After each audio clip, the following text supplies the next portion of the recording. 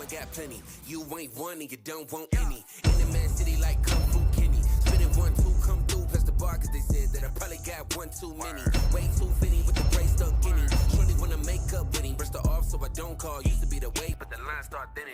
Look, hey, ooh, do it for myself, independent. Yeah, I'm really out here winning. Never do it like they do. Y'all gotta chill on the real. You do not want smoke. What he puffin' on K2?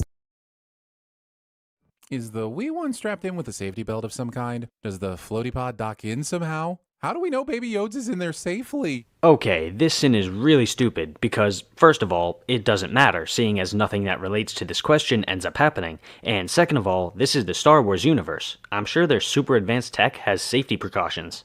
I have no idea if he wants to eat it or hang it on his wall. Are there no other options? What if he wanted to raise it to be his green son? Or what if he wanted to study it? Pointless nitpicking is pointless.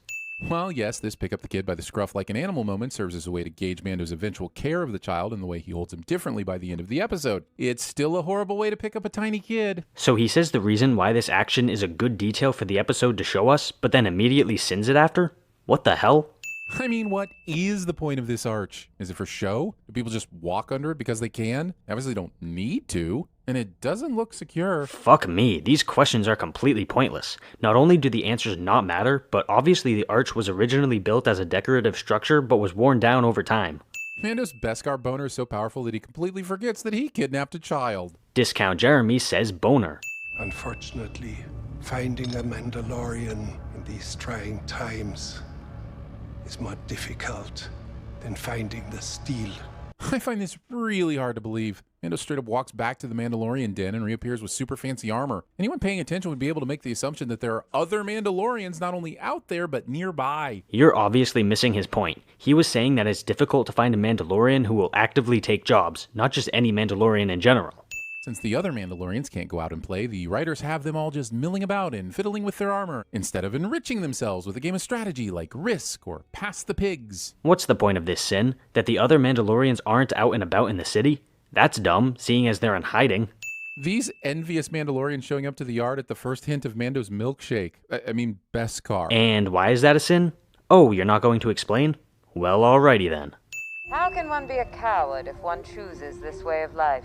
So true! Imagine choosing a life where you can only use 10% of your field of vision by choice. Truly badass. Stop trying to convince me otherwise. Yes, I know some say it's ridiculous and should cripple any battle advantage, but stop it. It means they're brave. Says the same guy who complains when people take off their helmets in battle during movies and TV shows. In other words, Discount Jeremy is a hypocrite.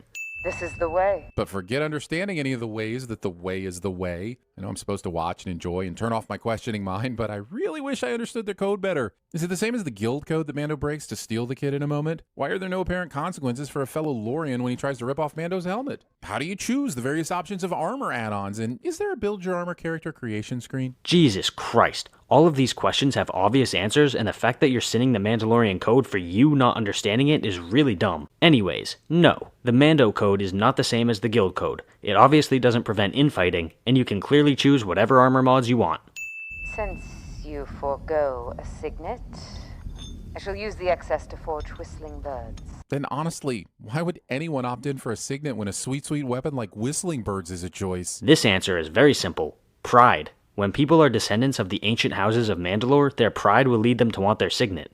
One would expect this hammer-banging flashback exposition to provide some armor explanations. Instead, we get some backstory delivered completely out of context. Do you think it's a requirement to have a flashback to war trauma while the armor is cooked? And if so, why would anyone sit through this? Can you just slow down for a second? First, what do you mean by armor explanations? Do you really need your handheld that much when watching shit? Did you want them to sit down and take you through each individual piece of Mando's armor? Second, Discount Jeremy hates exposition cliché. And third, Discount Jeremy has the attention span of a toddler with ADHD cliché. Using this walking into a saloon trope to remind us that this show isn't drawing inspiration from the Wild West so much as it's drawing inspiration from stereotypical movies about the Wild West. Okay, I find this sin particularly ridiculous. Simply walking into a bar is now a trope, so anytime a character in any form of media walks into a bar, it's a trope? That's dumb.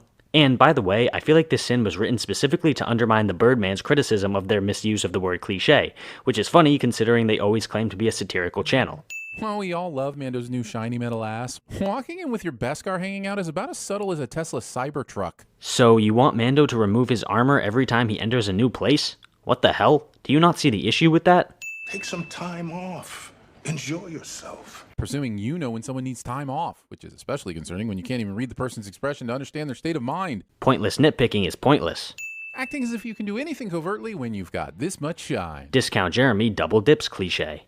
Glad to see we're still sticking with shooting the control panel not only disables the lock, but also opens the door cliches. First, that's not a cliche. And second, shooting the panel obviously short-circuits the system, which is what causes the door to open. I can see how Mando's helmet wasn't a disadvantage in this situation because every one of these idiots has one on. But the cape and sniper rifle on his back should have been detrimental during these close quarters fights. He says this while simultaneously showing a scene that disproves his point.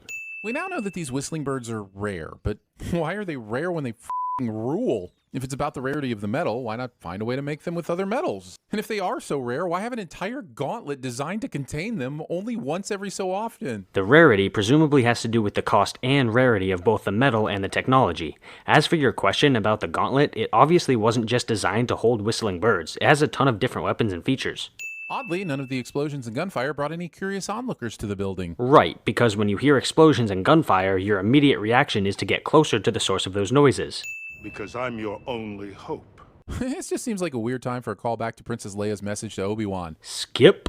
Exposing your tuning fork? Mando should know that when you realize your blaster's in drop D while the rest of the firefight is in standard tuning, just take those shots a full step higher and get through it. A whole bunch of bullshit.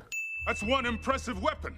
A gun that vapes people? Yeah. Seems that the bullets for this weapon should be rarer than whistling birds, but no. Jesus, you're stupid. The bullets are actually fairly simple. They're essentially just explosive rounds, whereas the whistling birds are miniature explosives that track your opponents in close quarters.